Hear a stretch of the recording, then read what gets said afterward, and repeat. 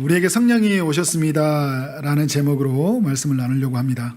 지난주에 우리에게 예수님이 필요합니다 라는 제목으로 여러분 말씀을 나누는데, 우리는 죄로 인해서 죽은 자들이었는데 예수님이 오셔서 우리를 위해서 대신 죽으셨고 다시 살아나셨어요. 그래서 그 예수 그리스도를 믿는 자에게는 모든 죄가 용서함 받는 일이 일어납니다. 믿으시죠? 예수님은 죽으시고 부활하시고 40일 동안 제자들에게 하나님 나라를 가르치시고 하늘로 승천하셨어요. 그리고 이 땅에 누구를 보내주셨습니까? 성령을 보내주셨어요.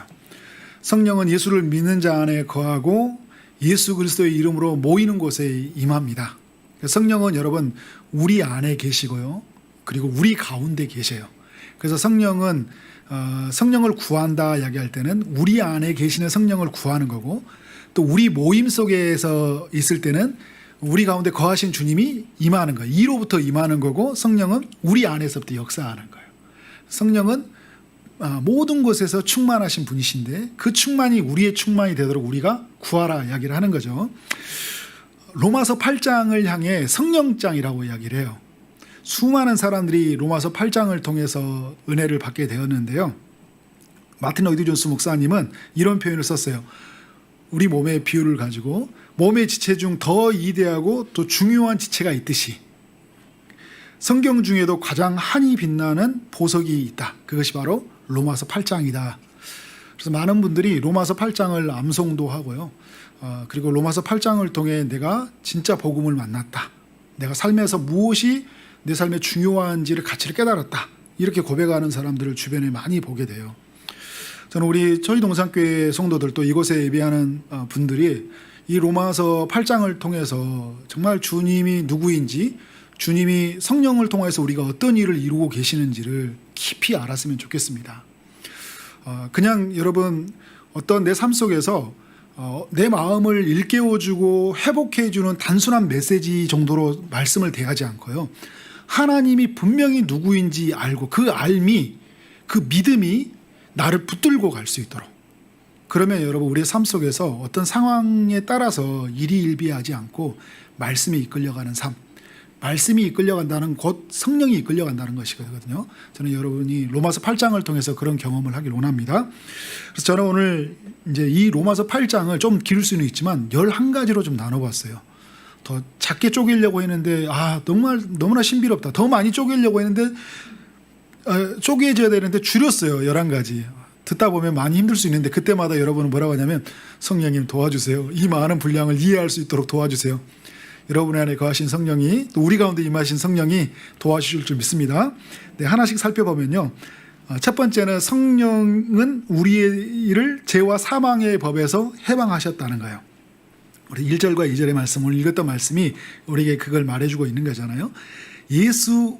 그리스도 예수 안에 있는 자는 결코 정죄함이 없다는 거예요. 왜냐하면 그리스도가 우리의 죄를 위해서 죽으셨고 부활하셨고, 그를 믿는 자에게는 어떤 일이 일어납니까? 우리의 죄가 그리스도에게 옮겨가고 그리스도에게 있는 의가 우리에게 옮겨왔고, 그래서 우리는 사면받은 존재이면서 그리스도의 의를 받는 존재가 된 거예요. 단순히 감옥에서 나오는 정도가 아니라 하나님의 자녀로 살 수 있는 모든 특권을 부여받은 자가 되었다는 거예요.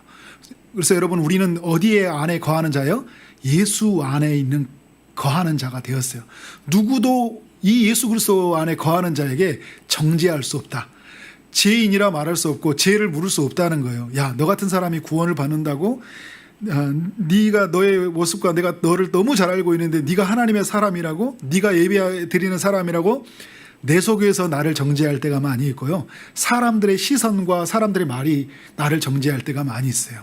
그리고 사단은 끊임없이 우리로 하여금 속삭입니다. 네 같은 게 예수 믿는 사람이라고. 우리가 여러분 어떤 행동을 조금 실수하거나 연약함이 드러날 때 여지없이 우리로 하여금 참소를 하잖아요. 근데 오늘 말씀이 우리에게 이야기해 주고 있어요. 예수 그리스도 안에 있는 자에게는 결코 정죄할 수 없다는 거예요. 누구도 정죄할 수 없어요. 왜냐하면 하나님이 우리를 정죄하지 않기 때문에. 믿으신가요?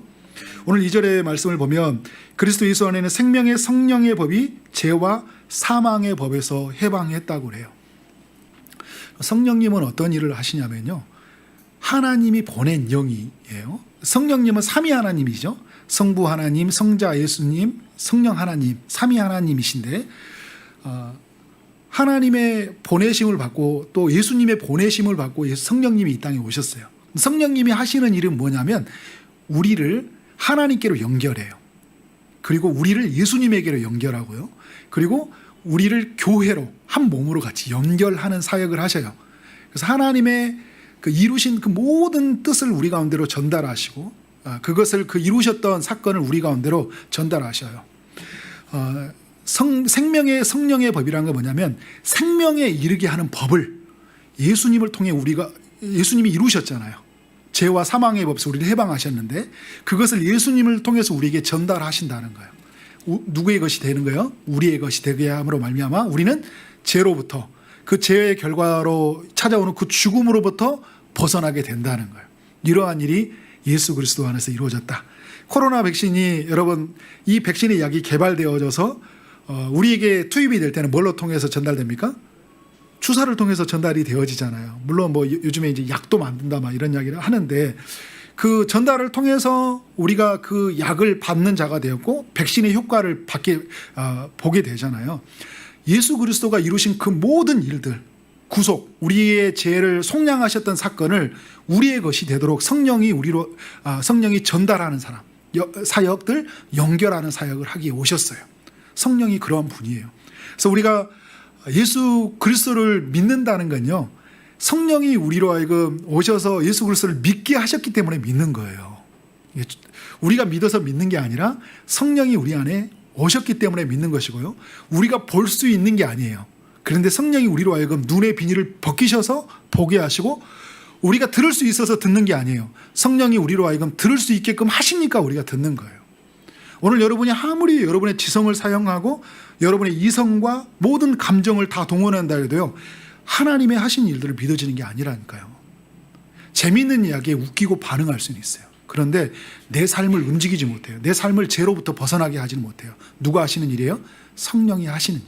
성령이 우리로 하여금 완전히 죄와 사망의 법에서 해방하고 그 그리스도 안에 있는 그 모든 것을 우리에게 부여해 주시는 그 놀라운 일을 하신다는 거예요. 자, 두 번째 보면 성령은 우리로 하여금 율법이 요구하는 것을 행하게 하신다. 이 말은 뭐냐면 하나님의 말씀을 따라 살 수 있도록 성령이 하신다는 거예요. 전에 우리는 예수를 믿기 전에는 하나님의 말씀을 따라 살 수 있었어요? 없었어요? 없었어요. 내 마음에 육신으로는 원하는데, 내 마음에 원하는데 내가 할 수 있어요? 없어요? 안 되는 거예요. 자, 하나님을 사랑한다. 마음을 다하여, 뜻을 다하여, 힘을 다하여 사랑한다. 사랑할 수 있어요? 나를 더 사랑하잖아요. 내가 좋아하는 걸 사랑하잖아요. 하나님보다 더 사랑하는 모습이 우리에게 얼마나 많이 있어요. 이웃을 내 몸처럼 사랑하라는데 내 몸처럼 사랑할 수 있어요? 나를 버려서 이웃을 살릴 수 있나요? 우리에게는 그런 사랑이 없어요. 그런 사랑이 있었다면 우리는 다른 사람이 나에게 뭐 함부로 말을 하고 나르게 말했다면 넉넉한 마음이 있을 거예요. 왜냐하면 그 사랑이 내게 있으니까. 근데 그 사랑이 없으니까 우리는 미워하고 시기하고 죽이고 싶고 분노하는 마음이 늘 이렇게 차 있잖아요. 내 생각은 사랑해야 한다고 알고 있지만 내 몸은 어떻게 움직여가요? 정말 죽일 듯이 그런 온수된 마음으로 살아가는 우리의 모습들을 보게 되잖아요. 죄를 짓지 않고 싶은데 죄를 짓게 되고요. 선을 행하고 싶은데 선을 행하지 않는 우리의 마음이 있었어요. 하나님의 우리에게 원하시는 계명은 선을 행하고 하나님을 사랑하고 이웃을 사랑하는 계명인데 가히 이룰 수 없는 무거운 계명이에요. 그리고 이 계명을 지키지 못한 사람에게는 심판이 있기 때문에 징계가 있고 죽음이 있다고 말했기 때문에 이 계명은 가히 무거운 계명이면서 어떻게 해요? 무서운 계명이 되는 거예요. 그래서 사도 바울은 로마서 7장을 보면서 뭐라냐면 이 계명이 나를 죽음에 이르게 했다고 이야기를 하고 있어요. 그리고 이 계명이 나로 하여금 죄를 발견하게 했고 죽음에 이르게 했는데 이 계명이 나를 구원하지 못했다. 그런데 성령이 오셔서 이 법으로도 구원하게 되었다는 거예요. 근데 이 성령이 오시면서 구원하게 되면서 뭐라냐면 우리로 하여금 하나님의 말씀의 뜻을 따라서 이제 살게 하신 거예요. 여러분도 그런 경험이 있잖아요. 전에는 절대 손해보고 살지 않았어요. 근데 예수를 믿는 순간에 어떤 마음속에 생각이 드냐면 그냥 이것을 붙잡지 않아도 되겠다. 지금 잃어버린다고 해서 다 잃어버린 게 아니다라는 생각이 들어요. 전에는 내 것만 붙잡고 살아갔는데 다른 사람의 것도 생각하게 되고요. 이것이 없으면 안 된다고 생각했는데 이것 없이도 살 수 있다라는 생각이 드는 거죠. 율법이 요구하는 것을 어떻게 하고 성령 안에서 우리로 하여금 마음을 움직이게 하고 생각을 돌이키게 하고 닫혀있던 주머니를 열게 해서 다른 사람 섬기는 삶으로 나가게 되잖아요. 주머니를, 그러니까 그 지갑을 절대 안 열던 사람들이 예수 믿고 나니까 지갑을 열고, 그래서 가난한 사람을 위해서, 정말 연약한 사람을 위해서, 주의 나라를 위해서 살아가는 일들이 얼마나 많이 있는지 몰라요. 상대도 안 했던 사람, 난 저런 사람하고 말도 안 해, 그랬던 사람들에게 어떤 마음이 생기냐면 굉장히 국률한 마음이 생기는 거예요. 아, 저 사람에게 하나님의 사랑이 필요하구나. 전에는 저 사람이 했던 것만 생각하는데 지금 저 사람 안에 있는 결핍과 부족과 연약함을 보게 되면서 내가 어떻게 해요? 품을 수 있는 마음이 생기잖아요. 율법이 요구하는 삶으로 살아가게 하는, 성령이 우리로 하여금 우리의 마음을 움직이고 우리 삶을 움직이게 하는 일들이 일어난다는 거죠. 자, 세 번째, 성령은 우리로 하여금 어떤 일을 하냐면 영의 일을 생각하며 살게 해요. 영의 일이라는 건 뭐냐면 영적인 일이에요. 그러면서 이제 조금 더 쉽게 말한다면 하나님의 뜻을 따라 살아가는 일이에요. 여러분, 예수를 믿게 되면 어떤 고백을 해요? 이제는 하나님의 뜻을 따라 살겠습니다, 이런 좀 고백을 하잖아요. 그게 영적인 생각을 하거든요. 전에는 그냥 우리는 어떤 생각을 가지고 있었냐면 육신의 생각이 많이 있었어요. 그러니까 육신의 생각이란 어떤 생각일까요? 하나님의 뜻 밖의 일, 그리고 육적인 일들, 이런 일들을 많이 생각하게 살아갔던 거죠. 예를 들어서 좀 더 피곤하면 쉬자, 그리고 게으르게 살아가는 삶에 대해서 뭐 그런 거에 대해서 불편함이 없고 그냥 어떤 생각, 육체가 원하는 대로 그냥 반응했죠. 그리고 내 마음이 원하는 대로 살아갔어요. 하기 싫으면 안 했어요. 예배 드리기 싫으면 안 드려요. 어떤 분은 보니까 예배 드리기 싫다가 좀 하면 오늘은 그냥 꺼버렸다, 이런 이야기도 뭐 허심탄회하게 저한테 이야기하는데, 여러분이 아니에요? 굉장히 놀랐어요. 내 마음이 원하는 대로 살아가는 삶의 모습들을 보면서 정말 하나님의 영에 이끌려 살지 않고 육에 이끌려서 반응하는 모습들이 있다. 여전히 우리 안에 지금도 남아있는데, 이전에 우리는 뭐예요? 하나님의 성령이 임하지 않았으니까 육을 따라 그 영적인 일이 아닌 육적인 일에 우리가 삶을 가지고 살아가는 것은 당연할 수밖에 없었잖아요. 말씀이 듣기 싫고, 기도하기도 싫고, 예배하기도 싫고, 하나님의 사랑을 나누기도 싫고, 이렇게 살아갔어요. 나만을 위해서, 우리 가족만을 위해서 살아갔어요. 그런데 여러분, 우리가 이런 생각이 우리를 지배했는데, 하나님의 아들을 믿는 순간 성령이 내 안에 임하시니까 하나님의 그 영이 나로 하여금 어떤 생각을 갖게 하냐면 하나님을 알아가고 싶고, 하나님을 배워가고 싶고, 하나님 안에 있는 것이 너무 좋고, 하나님 안에 그 영원한 것이 내게 정말 붙잡아야 될 것처럼 내 마음속에서 그런 영광들, 그런 기쁨들이 막 생겨나는 거예요. 말씀을 배우고 싶고, 기도하고 싶고, 예배하고 싶고, 이웃을 위해서 살고 싶고, 복음을 위해서 땅끝까지 누구든지 어디든지 전하고 싶은 마음에 그 강렬한 열망의 소원을 하나님이 우리 가운데 주시잖아요. 이 성령이 우리로 하여금 그런 생각을 부어주시거든요. 그러나 여러분, 우리의 삶 속에서 우리는 거듭났지만 옛 본성, 옛 자아가 있기 때문에 끝없이 어떤 싸움이 이르게 되냐면 육체를 따라 살아가도록 또 한편에서 우리에게 옛날에 있었던 생각들로 우리를 끊임없이 끌고 가요. 그래서 네가 네 마음대로, 그것보다 더 지금 중요한 게 네금 일하는 게 아니냐, 네 지금 안일을 확보하는 게 아니냐, 조금 있다 네가 하나님의 일을 감당할 수 있지 않냐, 조금 있다 네가 하나님의 복음에 참여할 수 있지 않겠냐, 지금은 네 일이 더 중요해라고 끝없이 육신의 생각이 우리의 삶을 끌어갈 때가 있어요. 근데 오늘 여러분 말씀에 보면 6절의 말씀은요, 우리를 향해서 육신의 생각은 사망이고 죽음이라는 거예요. 그리고 7절에 보니까 하나님과 원수가 된대요. 그리고 8절은 뭐라냐면 하나님을 기쁘시게 할 수 없다는 거예요. 계속 성령이, 근데 여러분 이것을 우리로 하여금 알게 해주신 거예요. 야, 차만서 너 그런 생각, 너 이러면 죽는 거야. 또 이거 하나님의 마음을 분노하게 하는 일이잖아. 진노하게 하는 일이야. 멈춰야 돼. 거기서 끝내야 돼. 그죠? 그리고 이건 정말 하나님을 기쁘시게 할 수 없는 행동이야 라는 것들을 성령이 우리의 마음에 각성을 일으켜요. 우리로 하여금 죄를 미워하고 죄를 싫어하게 하고 죄로 떠날 수 있는 그 강렬한 영적인 생각을 하나님이 영이 부여해 주신다는 거예요. 누구에게 의지하는 사람이요? 성령을 의지하는 사람에게. 그런데 성령을 따라 살아가는 사람들에게 어떤 생각을 주시냐면 6절에 보면 이런 이야기예요. 육신의 생각은 사망이에요. 4번이요. 그 다음에 영의 생각은 무엇이라고요? 생명과 평안이니라. 생명과 평안을 주신다고 했는데 이게 어떤 현상이냐면 예수를 처음 믿을 때 주는 것이면서요, 예수를 믿는 삶 안에서 지속적으로 부여해 주는 것이라고요. 그래서 이게 우리에게 그 17세기에 있었던 존 오웰이라는 신학자가 바로 이거는 예수 믿는 있었을 때의 사건이면서 예수 믿는 신자에게 지속적으로 일어나는 사건이라고 말을 하고 있어요. 우리가 여러분 예수를 믿게 될 때 생명을 부여받잖아요. 우리는 하나님께 죽어있는 자였는데 우리는 하나님의 생명을 부여받은 자가 되었어요. 그리고 우리는 하나님의 진노 아래에 있어서 우리는 아버지를 아버지라 부를 수도 없었어요. 구하고 찾고 두드리지 못했는데 우리가 예수 그리스도로 말미암아 하나님과 평이 주어졌잖아요. 샬롬. 그래서 우리는 하나님께 담대히 나아가게 되고 아버지라 부르게 되고 예수 그리스도의 이름으로 말미암아 구하고 찾고 두드릴 수 있는 관계가 되어졌어요. 뭐예요? 하나님께 생명을 부여받을 뿐만 아니라 하나님께 평안을 부여받은 존재가 되었다는 거예요. 그런데 여러분 이것이 예수 그리스도 안에 있는 모든 사람들에게는 성령을 통하여 끝없이 오늘도 내일도 우리에게 생명을 부여주신다는 거예요. 어떤 마음이에요? 잠잠하고 우리에게 정말 의기소침해 있고 정말 아무것도 일어설 수 없는 마음에 성령께서 우리의 마음을 일으키시잖아요. 우리의 몸을 일으켜요.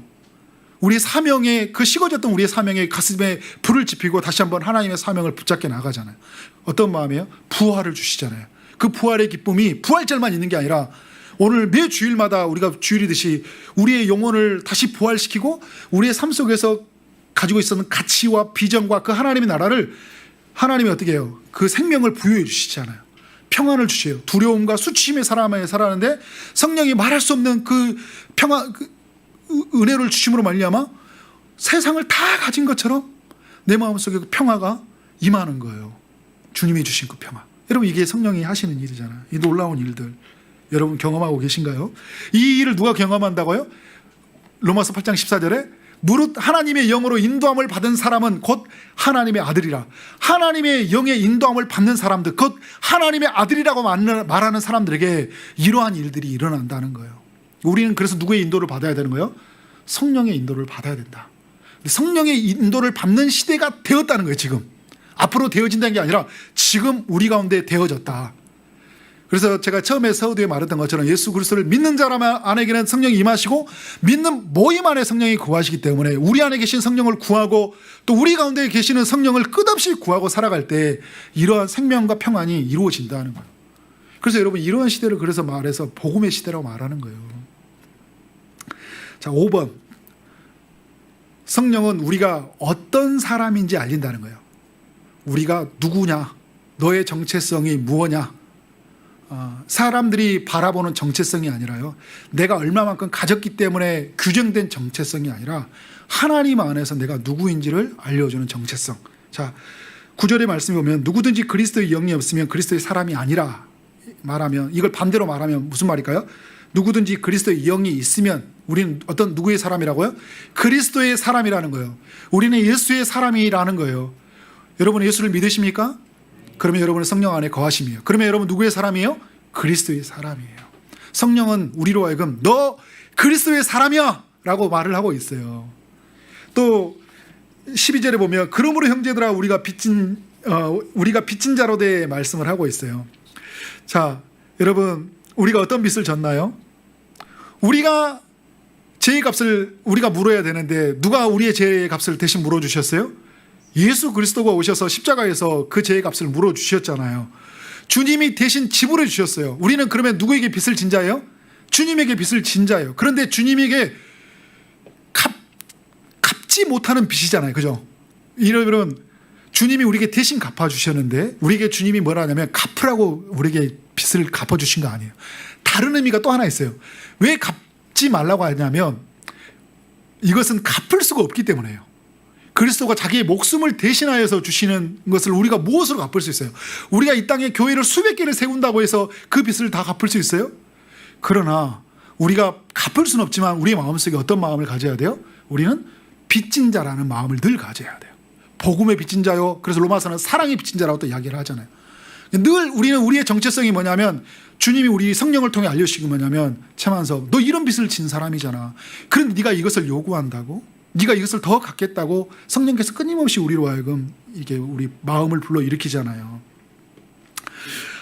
그래 여러분 우리의 삶 속에서 정말 하나님의 그 살아계심들이 우리의 그 성령을 통하여서 우리에게 어떤 정체성을 알게 할 때 우리가 의기소침해 있고 사명을 잃고 살아갈 때 두려워 살아갈 때 너는 그리스도의 사람이라고 우리 알려주고 있고 나의 일에만 몰두하고 있고 정말 내 것만 붙잡고 살아가고 어디에도 흘려보내지 않고 있을 때 내 성만 쌓고 있고 내 삶의 안위만 쌓고 내 미래를 위해서 준비하고 있을 때 성령은 우리로 하여금 너는 복음의 빛인 자이고 사랑의 빛인 자라는 것을 우리에게 알려주시고요. 재산도 잃고 건강도 잃고 모든 것을 다 잃어갈 때 우리 성령님 하나님이 성령을 통해서 말해요. 너는 하나님의 자녀야. 그래서 오늘 14절에서 성령의 인도함을 받는 사람은 곧 하나님의 아들이라고 말하고요. 성령이 친히 우리 영과 더불어 우리가 누구인 것을 증언한다고요? 하나님의 자녀인 것을 증언한다는 거예요. 그래서 너는 하나님의 자녀야 라고 증언하고요. 17절에 보면 자녀이면 또한 누구라고요? 우리가 상속자라는 거예요. 어떤 상속자? 하나님의 상속자. 또 어떤 상속자요? 그리스도와 함께한 상속자. 그리스도가 하나님의 것을 다 받으셨듯이 그리스도가 다시 살아나는 생명을 부여받았듯이 오늘 우리도 그리스도와 함께 영원한 생명을 받으실 거고 하늘과 땅의 모든 권세를 받으셔서 우리 가운데 주셨던 것처럼 오늘 우리 가운데 주시는 그 하나님의 놀라운 사랑들 그 부유한 축복들을 우리가 다 받게 되었다는 거예요. 그래서 모든 것을 잃어가려고 할 때 우리에게 주님이 말씀하신 건 넌 하나님의 자녀야. 너는 하나님 나라 상속자야. 이 그리스도와 함께한 상속자잖아. 무엇이 너를 부족하게 만드니? 이것이 너에게 지금 부족으로 느껴지니? 라고 우리 요구할 때 주님 성령을 통해 그런 고백을 한 거잖아요. 주님 이거 없어도 돼요. 내 주 예수 모신 것이 하나님의 나라입니다. 이런 고백이 여러분 생겨나잖아요. 이게 성령이 하시는 일이라니까요. 그러니까 성령에 충만한 사람들은요 담대해요. 당당해. 사도행전의 4장에서 보면 알잖아요. 그 유대의 사내들인 공회가 무소불위한 권력자들, 이 세상에 말하는 무소불위의 권력자들이 사람들이 요구해도 담대하게 죽음의 그 위협 앞에서도 맞서잖아요. 왜? 어디서 나오는 그런 힘이에요. 성령이 그들의 마음을 움직이니까. 일을 하는 중에 누군가를 대화를 나누는 중에 그리고 우리가 묵상하는 중에 기도와 찬양 중에 설교를 듣는 중에 성령께서 우리의 마음을 움직여요. 너는 누구야? 넌 하나님의 사람이야. 너는 복음의 빛인 자라야. 너는 하나님의 아들이야. 그 요구 앞에 우리의 삶을 어떻게 두 손을 드는 거잖아요. 오 주님 그렇습니다. 주님 나는 주님 거죠. 그죠? 그러면서 우리의 삶 안에 그 자유와 기쁨이 얼마나 막 밀려옵니까? 자 6번 한번 다 같이 한번 읽어볼까요? 6번에 시작. 성령은 장차받을 영광을 알린다. 장차받을 영광. 여러분 우리가 어떤 영광을 받을까요? 23절의 말씀을 보니까요. 우리는 몸의 속량을 받는다고 해요. 우리가 몸의 속량을 기다린다. 장차. 그 몸의 속량이라는 게 뭘까요? 우리가 죄로부터 완전히 벗어난다는 거예요. 사실 우리가 죄로부터 벗어났죠. 예수 그리스도로 말미암아. 그런데 우리가 죄의 열매들 속에 살아가거든요. 죄가 죄의 열매를 만들어 가잖아요. 그래서 죄의 열매 속에 살아가는데 그 죄의 열매가 가지고 있는 가난과 그런 아픔과 고통, 결핍, 부족 이런 게 있잖아요. 그죠? 그리고 사람들의 그 죄의 열매들 가지고 있는 성품 안에서 뺏으려고 하고 나를 빼앗긴 것 때문에 힘들어하는 이런 모든 그 죄로 되는 이런 일들이 있어요. 그리고 끝없이 찾아오는 그 육신의 욕망들, 내가 가지고 있는 그 죄된 삶 때문에 얼마나 많이 우리는 힘들어요. 그런데 주님이 오시면 내가 죽으면 이 죄로부터 몸의 속량 그 죄로부터 완전히 다 벗어나는 날이 있다는 거예요. 그게 우리를 기다리고 있대요. 그러니까 지금 죄 탄식하고 죄 힘들어하는 순간에 우리가 이 견디는 힘이 장차 있을 것이니까 오늘 우리가 버티는 힘이 생기잖아요. 그러면서 여러분 우리의 삶에서 또 이제 어떤 일이 일어나냐면 죄로 인한 어떤 우리에게 고통도 있지만 우리가 선을 행하다 살아가는 고통도 있죠. 예수 그리스도를 따르면서 예수 그리스도의 것을 붙잡고 살아가다 보면 손해보는 일이 있고 모욕을 당한 일이 있고 수치를 당하는 일이 있어요. 그런데 하나님의 성령이 그 장차 있을 착하고 충성된 종이라고 주님이 그 의의 면류관을 주시며 우리의 눈물을 닦아주신 그날이 있다 보니까, 의의 면류관을 씌워주는 그날이 있다 보니까, 그 영광이 있다 보니까 오늘의 지금 있는 고난을, 선을 때문에 행하는 고난을 이길 수 있는 힘이 있어요, 없어요? 있는 거예요. 그래서 오늘 18절에서 말씀을 하고 있어요. 현재에 나타나는 고난은 장차 나타날 영광과 좋게 비교할 수 없다다. 두 가지를 비교하잖아요. 큰 저울에다가 현재에 있는 고난하고요, 장차 있을 영광을 딱 두 저울에 놔뒀더니 그 사도 바울이 딱 믿음의 눈으로 보니까 어떤 저울이 더 무거웠던 거예요? 장차 받을 영광이 훨씬 무거운 거예요. 그런데 이게 자기 눈에 보이는 거예요. 아, 그래서 지금 내가 죄로 인한 이런 고통들, 또 선을 향하는 이 고난을 이길 수 있는 거예요. 그래서 여러분 25절의 말씀에 이야기하고 있잖아요. 만일 우리가 보지 못하는 것을 바라면, 자, 미래에 있을 이야기예요. 참음으로 기다릴지니라. 참을 수 있다는 거예요. 인내할 수 있다는 거예요. 기다릴 수 있다는 거예요. 이 일을 누가 하신다고요? 성령이 하신다는 거예요. 놀랍잖아요. 장차 받을 영광을 오늘로 가지고 와서 믿음으로 살게 하시는 거예요. 이게 성령의 놀라운 일인 거죠. 자, 7번 같이 읽어보도록 하겠습니다. 시작. 성령은 우리의 연약함을 도운다. 이와 같이 성령도 우리의 연약함을 도우시나니 이야기하고 있어요. 우리가 무엇에 약한지요, 무엇에 잘 무너지는지를 성령은 너무 잘 알고 있어요. 하나님의 뜻을 따라 살기에는 너무 연약한 존재라는 걸, 우리가 영의 생각을 따라 살아가는 것이 아니라 유구의 생각, 하나님의 뜻 밖의 생각을 하고 살아가는 것을 성령은 너무 잘 알고 있어요. 나보다 주님이 나를 더 잘 아시잖아요. 나의 연약함을 너무 잘 알고. 그러면 내 연약함을 내 힘으로 벗어나려고 하는 게 아니라 누구를 의지해야 되는 거예요? 계속 성령을 의지하는 거잖아요. 근데 성령이 뭘 하냐면 우리를 도와주시겠다는 거예요. 성령이 도와주실 때, 성령은 인격의 영이거든요. 인격적으로 해요. 그래서 성령을 뭐라 하냐면 단회적이면서 절대적이고 인격적이다, 이런 표현을 써요. 단회적이라고 하냐면 성령이 한번 우리 가운데 오셨을 때 그 오신 성령님은 떠나지 않아요. 절대적이에요. 그런데 인격적이에요. 성령을 구하고 찾고 하는 자에게 성령이 임하시는 거예요. 근데 성령이 뭘 하시겠냐면 우리를 도와주시겠다는, 기다리면서 우리를 도와주시겠다는. 그런데 우리가 어떻게 돼요? 성령을 구하지 않는 거예요. 내 방법, 내 생각, 내 있었던 모든 경험을 의지하고 지금을 문제를 분석하고 판단하고 만들어가니까 성령의 역사하심을 못 경험하잖아요. 또 성령이 하시는 일이 뭐냐면 우리가 마땅히 기도할 바를 알지 못하는데, 무엇을 기도해야 될지 못하는데, 그리고 그 27절에 보면 하나님의 뜻대로 성도를 위해 간구하신다고 했는데, 우리가 뜻을 따라 어떻게, 무엇이 뜻이고 무엇이 뜻이 아닌지, 그리고 그 뜻을 따라 살아가는 힘이 정말 희미한 이때 일을 위해서 성령이 무엇 한다는 거예요? 간구하시니라. 우리를 위해서 기도하고 계시다는 거예요. 이런 성령님이 계시는데, 이렇게 도와주고 계시는데, 이런 일을 행하고 계시는데 우리가 성령을 구하고 살아야 되지 않냐. 그래서 성령의 시대 때 우리는 무엇을 해야 되는지 이 로마서 8장이 우리에게 알려주고 있는 거예요. 자, 8번. 성령은 하나님의 영원한 계획 속에서 우리 삶을 보게 하신다. 정말 저는 이 로마서 8장 28절의 제 인생의 말씀이기도 하고 너무 저에게 은혜의 말씀이긴 한데요.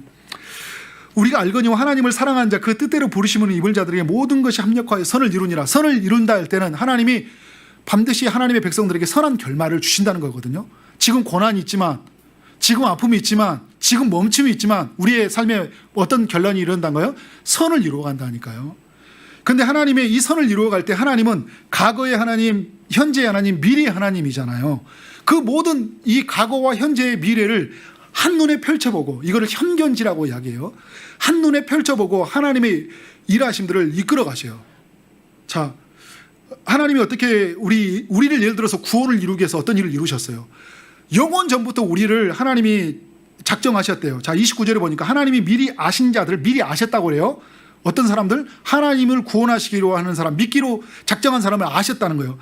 또한 그 아들의 형상을 본받기 하기 위하여 미리 정하셨으니, 하나님의 형상을 본받기 위해서, 하나님의 뜻을 따라 살도록 살기 위해서 미리 하나님이 정하셨다는 거예요. 언제부터 정하셨다고? 영원 전부터.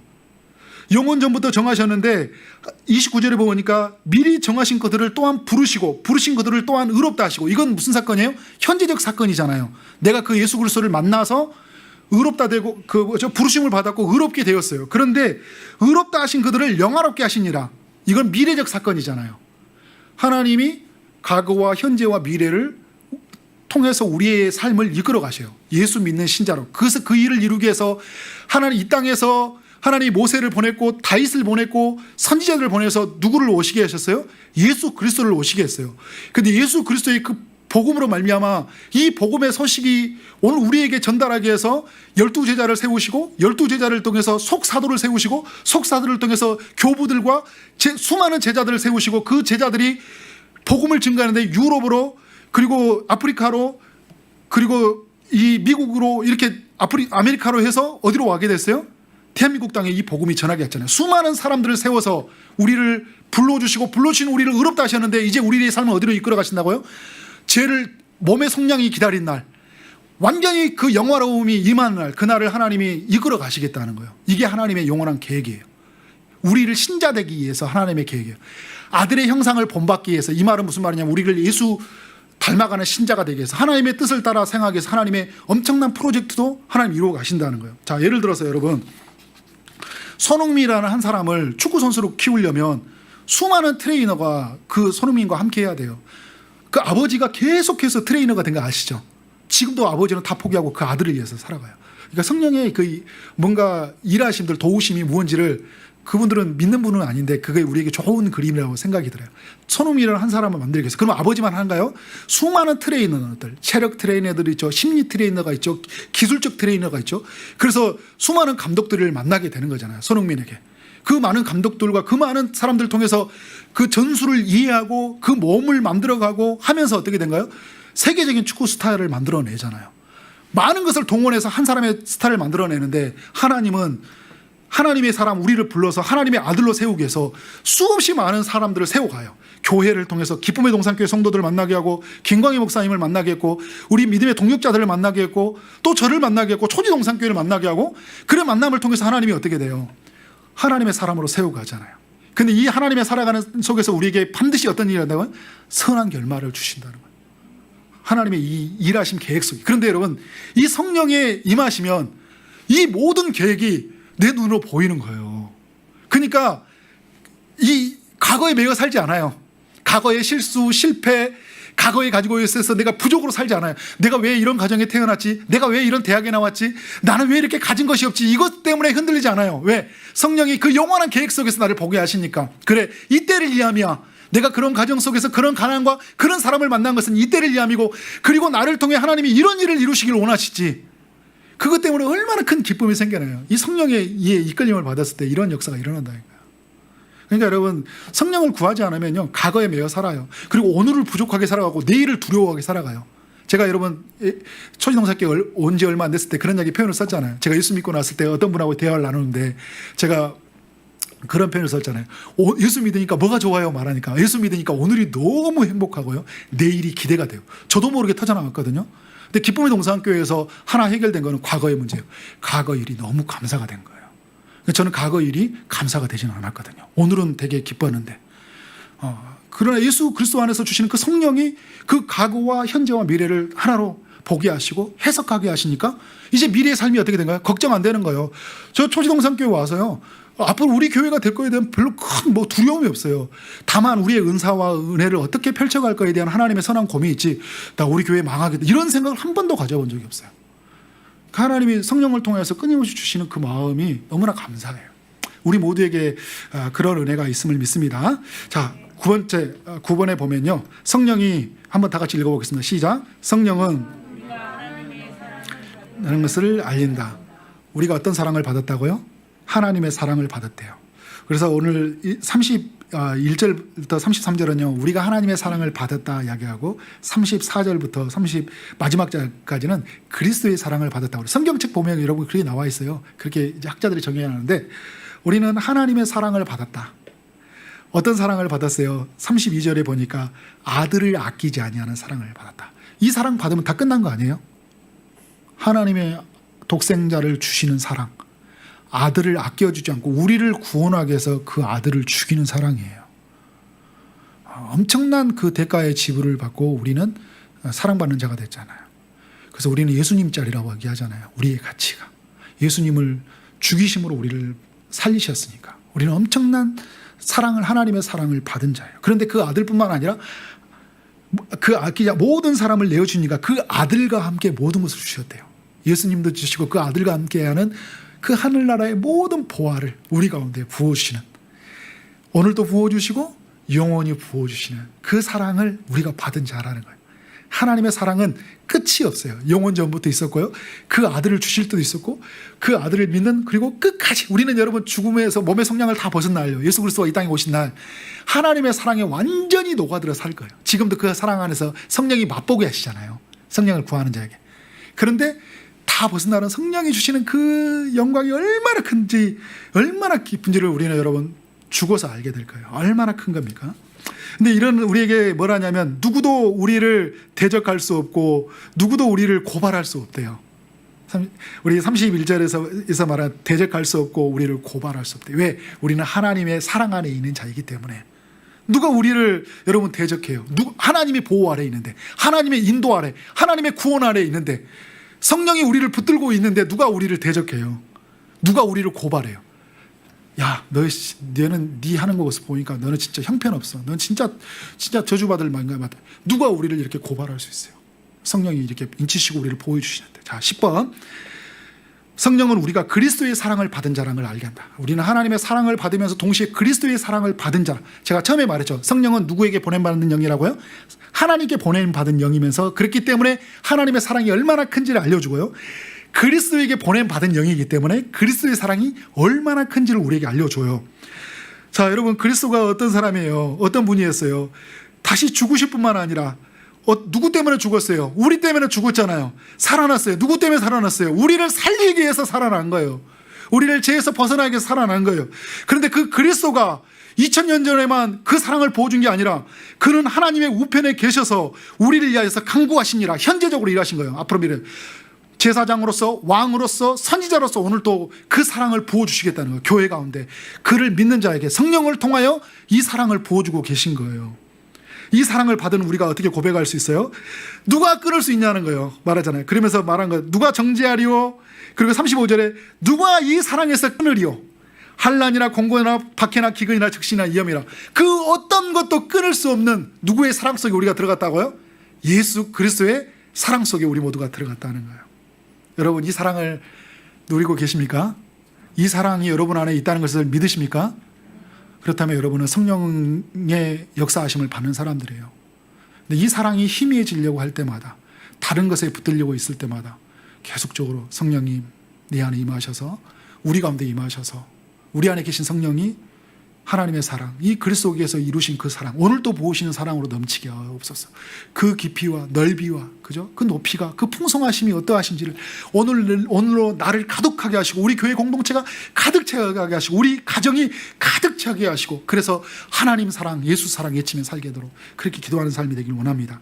그래서 11절에 보면요, 성령은 하나님과 예수의 사랑을 받은 우리가 어떻게 살아야 되는지를 알린다는 거예요. 36절에 보면 우리가 종일 주를 위하여 죽임을 당하게 되며 도살할 양같이 여김을 받았나이다 함과 같으니라. 무슨 말이에요? 우리가 예수 믿는 것 때문에 고난받는다는 거예요. 예수 믿는 것 때문에 너무 어려운 일이 많이 생겼다는 거예요. 예수 믿어도 여전히 내 삶 안에서 믿으면 다 된다고 생각했더니 아픔이 있고 고통이 있어요. 고난이 있어요. 그런 삶 속에서 늘 고민하고 좌절하는 우리의 삶들, 그리스도를 따르는 것 때문에 늘 힘든 우리의 삶 안에서 뭐라고 하냐면, 내가 하나님의 사랑과 그리스도의 사랑이 채워졌을 때 이런 고백을 하고 있어요. 37절에 그러나 이 모든 일에 우리를 사랑하신 이로 말미암아, 자신을 사랑했던 하나님의 사랑과 그리스도의 사랑이 부어짐으로 말미암아 뭘 한다고요? 넉넉히 이기느니라. 내가 확신한다. 사망이나 생명이나 천사들이나 권세자나 현재일이나 장래일이나 그 능력이나 높음이나 기쁨이나 다른 어떤 피조물이라도 우리 주 그리스도 예수 안에 있는 하나님의 사랑에서 끊을 수 없느니라. 끊을 수 없다는 거예요. 내게 일어나는 사건이 나를 끊을 수 없어요. 사람들이 바라보는 시선이 나를 하나님의 사랑에서 끊을 수 없어요. 내게 있는 그 소유가 하나님의 사랑에서 끊을 수 없어요. 이 세상에 가지고 있는 거대한 시스템과 힘과 그 자랑하던 것이 나를 하나님의 사랑에서 끊을 수 없어요. 그것에 우리의 삶에 우리의 존재가 있지 않아요. 우리의 안위가 있지 않아요. 그것에 우리의 구원이 있지 않아요. 우리의 근거는 하나님과 그의 사랑 안에 있다는 거예요. 그 사랑에 머물다 보니까 강력한 확신이 드는 거예요. 그래서 어디든지 가는 거예요. 누구든지 가는 거예요. 없어도 사는 거예요. 배고파도 사는 거예요. 아파도 사는 거예요. 왜? 내가 하나님의 사랑 안에 있기 때문에. 여러분, 이 사랑을 누리는 삶이 되길 원합니다. 이 사랑만을 붙들기를 원합니다. 이 사랑으로 넘쳐나길 원합니다. 말씀의 결론을 내리면요, 저는 오늘 로마서 8장을 통해서 성령이 우리 가운데 오셔서 성령이 일하신 것들을 통전적으로 살펴봤어요. 좀 넓게. 성령의 이 역사하심은 우리가 부분적으로 살피기에는 성령을 다 이해할 수 없기 때문에 다소 여러분들에게는 좀 제가 어제 광고했던 것처럼 교리적인 부분이라서 딱딱할 수 있어요. 근데 이건 너무나 우리에게 중요한 소식이에요. 성령이 오셨다는 것은. 복음이에요. 성령이 우리 가운데 오셨다. 고아처럼 너희를 버려두지 않냐. 성령이 오셔서 우리와 함께 하시겠다는 거거든요. 신앙은 개념이 아닙니다. 지식으로만 멈춰있는 게 아니에요. 신앙은 실제예요. 우리가 빛이 들어왔을 때 빛의 실제를 경험하잖아요. 요한복음의 3장에서 보면 바람이 임의로 불매 어디서 오는지 모르지만 가는지 모르지만 바람의 소리를 알 수 있듯이 성령이 우리 가운데 오시면 성령이 임하셨다는 것을 우리가 알게 되잖아요. 그죠? 성령이 오셨잖아요. 우리가. 예수를 믿는 사람들에게 성령이 오셔서 성령으로 말미암아 예수를 믿게 하셨어요. 믿는 것 그 자체가 성령이 하셨다는 거. 내가 깨닫는 거, 내가 그렇게 말하는 것, 살아가는 것들이 성령의 역사하심이잖아요. 성령은 실제예요. 성령은 오늘도 우리와 함께 하셔서 하나님의 뜻이 무엇인지 분별하고 하나님의 뜻을 따라 살도록 성령이 역사하고 계셔요. 성령은 단순히 어떤 그 사람들이 보이는 신비적인 요소가 아니에요. 예언하고 방언하고 신유하고 막 이런 정도만 그쳐 있는 게 아니에요. 그게 성령은 일부예요. 성령은 우리의 마음을 바꾸시고요, 우리의 말을 바뀌시고 우리의 발을 하나님의 뜻을 따라 행하는 거예요. 이게 전인격을 통제한다는 거예요. 전인격을 통치해서 하나님이 누구인지, 그 하나님의 예수 그리스도가 누구인지, 그 사랑을 어떻게 나눠야 되는지를 우리의 삶을 움직여 가신다는 거예요. 우리의 죄를 억제해 가고 죄를 싫어하게 하고 죄에서 벗어나게 하고요, 우리의 영혼을 새롭게 하시고 예수 그리스도의 그 가르침이 무엇인지, 예수 그리스도가 누구인지, 예수 그리스도를 통해 이루실 일이 무엇인지를 알게 하시고요, 그리고 그의 뜻을 따라 살도록 우리에게 권능을 부어주시는, 사도행전 1장의 8절처럼 그래서 증인이 되게 하시는 성령님, 어떤 것에도 매여 있지 않게 하는 자유하게 하시는 그 성령님, 우리를 이루하시고 때로는 우리를 보혜사라고 그러잖아요. 우리를 보호해 주시고 은혜를 베풀어 주시고 스승사자, 우리를 가르쳐 주시는 그 보혜사 성령으로 우리 가운데 임하시는 그 놀라운 일하심들을 오늘도 예수 믿는 사람들에게 부어주신다는 거예요. 이 성령님은 우리가 말씀을 읽는 중에 임하시고요, 우리가 기도하는 중에 사도행전의 4장처럼 있었던 것처럼 임하게 되고요, 그리고 우리가 성령을 끊임없이 정말 구하고 찾는 중에 성령이 임하셔요. 그래서 찰스 핀이라는 사람이 뭐라 하냐면, 죄인들이 회개하지 않는 것이 죄인인 것처럼, 죄를 회개하지 않는 게 가장 큰 죄잖아요. 그죠? 죄가 분명해지는데, 그래서 제가 지난주 말했죠. 끝까지 이 사람들이 회개하지 않는 것이 죄란 것처럼 그리스도인이 성령으로 충만을 구하지 않는 게 죄라고 그래요. 우리가 그 말은 무슨 말이에요? 내가 성령을 구하지 않고 살아가는 게 죄라는 거예요. 성령으로 구하지 않고 살아간다는 건 뭘로 살아간다는 거예요? 나의 힘으로, 나의 방법으로, 나의 경험으로, 내 육체로 구하고 살아가는, 내 육체가 원하는 대로, 내 마음에 이끌리는 대로 그래서 살아가겠다는 거죠. 그래서 오늘 여러분 성령이 오셨는데, 우리가 그 성령이 인격적으로 우리 가운데 임하셔서 우리를 도와주시고 우리를 기도하고 계시는데, 우리는 그 성령을 구하지 않고 성령으로 충만하지 않는 것은 죄다 이야기하는 거예요. 그래서 우리는 여러분, 우리가 구하면 성령이 충만히 있을 거라고 확신하세요. 그것을 간절히 원하십시오. 성령은 여러분 믿음으로 구하는 거예요. 우리가 예를 들어서 막 손을 흔들고 기도하고 뜨겁게 막 한다고 해서 성령이 임하는 게 아니에요. 성령을 100번 외친다고 구하는 게 아니에요. 성령을 어떻게 구하는 거예요? 믿음으로 구하는 거예요. 내가 예수를 믿으면 나는 구원받는다, 나는 예수를 믿으면 영원한 생명을 얻는 걸 믿는 거잖아요. 예수님은 이 땅에 오셨다, 나를 위해서 죽으러 오셨다는 걸 믿으시죠. 그죠? 그러면 내가 성령을 구하면 성령이 내 안에서 일하신다. 하나님의 마음으로 채우고 하나님의 뜻으로 채우고 하나님의 말을 하게 하고 하나님의 뜻을 따라 행하게 하는 것들을 성령이 하신다 라는 것을 믿으라는 거예요. 그리고 그 성령을 구하라는 거예요.